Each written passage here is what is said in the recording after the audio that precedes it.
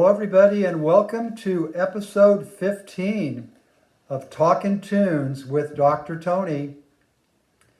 If you're not with us for episode 14, we're looking at bands that drastically changed and not for the better.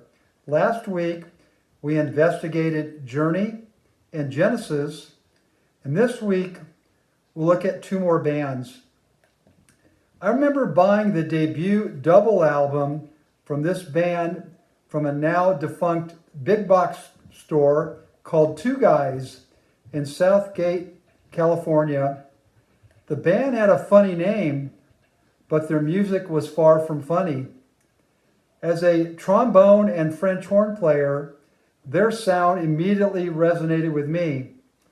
The band I'm referring to is none other than Chicago, back then called Chicago Transit Authority, or CTA to the people in the know. There were similar bands in 1969 like Blood, Sweat and Tears and Chase, but Chicago was clearly the cream of the crop. With three outstanding lead vocalists, any band would be happy to have just one of these vocalists and a guitar player who Jimi Hendrix said was the best.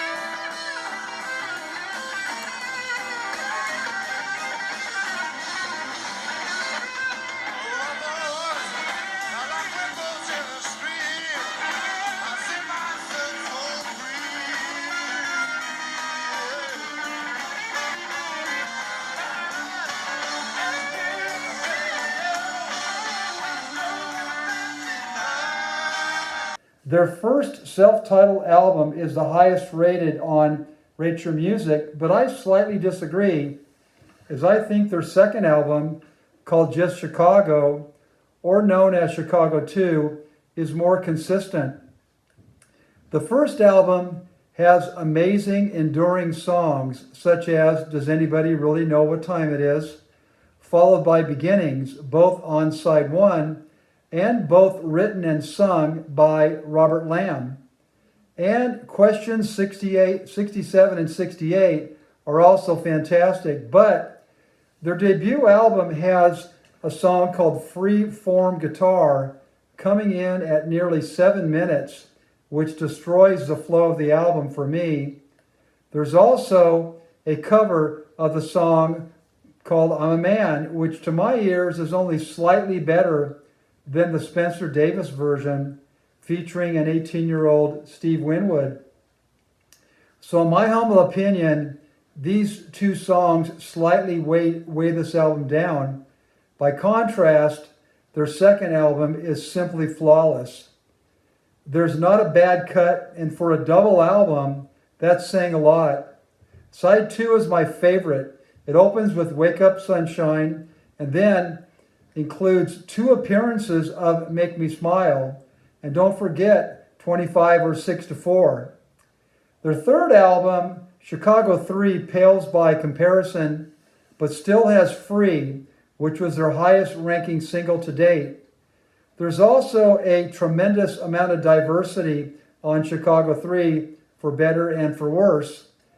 After Chicago 3 came the live album at Carnegie Hall, which really doesn't add much to the first 3 albums, but things then start to go off the rail, beginning with Chicago 5 and the song Saturday in the Park. This came in 1972, and I'm not that big of a fan of this song. It's just way too poppy and way too accessible, but this album was #1 on the Billboard 200, probably on the strength of that single. Now the next 3 studio albums were also #1 on the Billboard 200. And the singles from these albums were fairly significant. So let's name them. So one is Just You and Me, then Feeling Stronger Every Day, I've Been Searching So Long, Wishing You Were Here, and then If You Leave Me Now from Chicago 10. So Chicago 10, although it was not #1, did reach #3 and had the single Baby What a Big Surprise. And then Chicago 11 only reached number 6. Now, Terry Kath, the lead guitar player and really, I would say arguably the leader of the band, his death in 1978 marked a milestone, but honestly, his presence was increasingly less beginning with Chicago 3.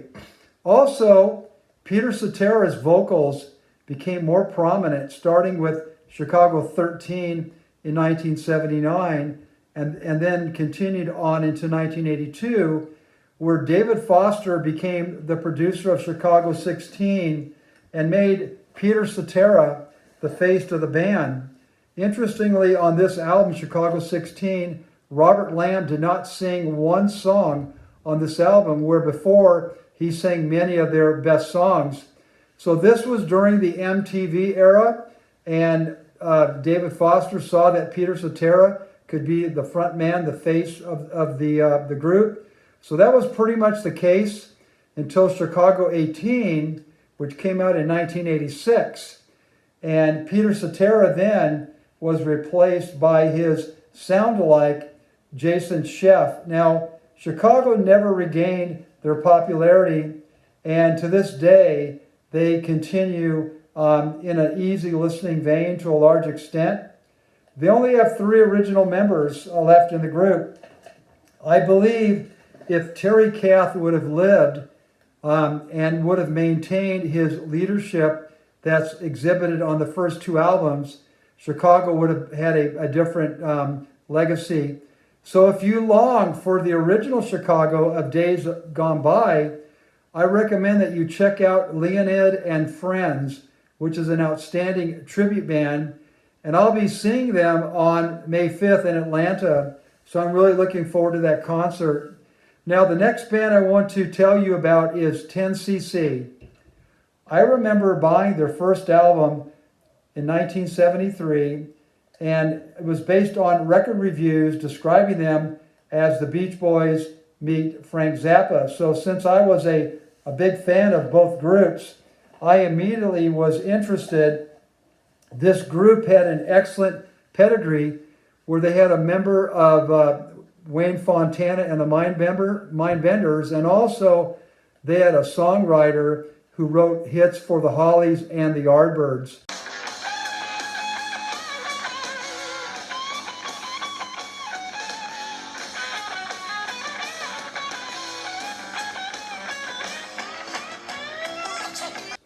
Now, what made 10cc distinctive was that all 4 members wrote songs and sang lead vocals in addition to harmonies.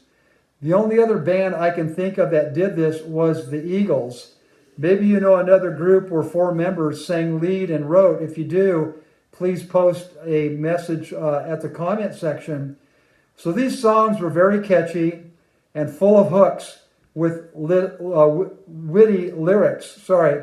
Now, they had a fantastic sound, which really was attributed to their excellent studio, Strawberry Studios, which was co-owned by Eric Stewart, one of the members, who also did the engineering and the mixing of all their albums. And the albums were self-produced by the entire band, so they were really a self-contained, close-knit unit.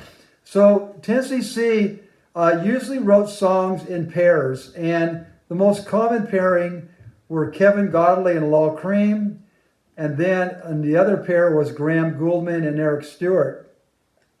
But this was not always the case, especially on the second album, Sheet Music. So starting with their second album and continuing through their 6 studio albums, all of them cracked the UK top 10, but none of them made it into the Billboard 200 of any consequence. Their first self-titled album boasted Rubber Bullets as a single, which reached number 1 in the UK and Ireland, and number 3 in Australia, but only number 76 in the US. Now, there's also a very cool song on the first album called Fresh Air for My Mama, where 10cc is definitely channeling their inner Beach Boys sound. Now, the next album, Sheet Music, which is my favorite, and this is an opinion shared and supported by 3 of 4 of the band members, showed the band members mixing up songwriting contributions. And it had 2 top charting UK singles, The Wall Street Shuffle and Silly Love. Their third album, the original soundtrack, had their best-selling single, I'm Not in Love, which most people define 10cc by, and was written by Graham Gouldman and Eric Stewart. It reached #1 in the UK and #2 in the US. Another single from the third album, the original soundtrack, is Life is a Minestrone, which reached #7 in the UK, but just #76 in the US. I encourage you to check out the song, the opening track, One Night in Paris, which preceded Bohemian Rhapsody by a few months and is very similar. It was written by Godley and Cream and is very, very innovative. Now, the original soundtrack album reached #3 in the UK, as did Deceptive Benz, their 5th album, as did Bloody Tourist, their 6th album. Now, the 4th album was How Dare You, and this is the last record with the original lineup. The 2 singles, I'm Mandy, Fly Me, and Art for Art's Sake, reached #5 and #6 in the UK, but #46 and 83 in the US. I Want to Rule the World is weird, and Don't Hang Up is fantastic. After Godley and Cream left to record Consequences in 1977, which was a triple record release with probably as much as 2/3 of it spoken word, but it includes Sarah Vaughan as a guest vocalist on Lost Weekend, which is a great song. After Godley and Cream left, Eric Stewart and Graham Gouldman soldiered on with Deceptive Benz, their 5th album, also released in 1977. Now, this album had the single The Things We Do for Love, which reached #6 in the US and #5 in the UK. And this is another song that most people know 10cc by. What's sad is that I'm Not in Love and The Things We Do for Love is hardly representative of the diverse 10cc sound. Deceptive Benz is a pretty good album. The centerpiece of the album is an 11-minute plus track that closes the album called Feel the Benefit. And in a way, Deceptive Benz is similar to Trick of the Tail by Genesis, where the influence of the departing members are still felt. Many of the songs were interestingly written solo by either Graham Gouldman or Eric Stewart, as there's only 2 of the 9 that represent collaborations between the 2. Now, Bloody Tourist, the next album, shows many new members in the band, and Dreadlock Holiday, the single, came in at #1 in the UK, but only #44 in the US. And that was pretty much it for 10cc. They made 5 more studio albums, with Godley and Cream joining on Meanwhile in 1992, where they added vocals, but they did no writing. Now, this band is a perfect case of members that have conflicting goals.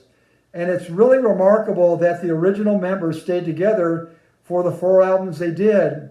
But once Godley and Cream left, who, by the way, recorded several albums together and did MTV video production, the band was never the same. So that's what I have for you today. As I always mention, please add comments, subscribe to the channel, and like this video if you did enjoy it. So next time I'm going to get back into talking about 4 albums from my library that I select from random. And I hope everybody has a great day, and I'll talk to you next time. Take care.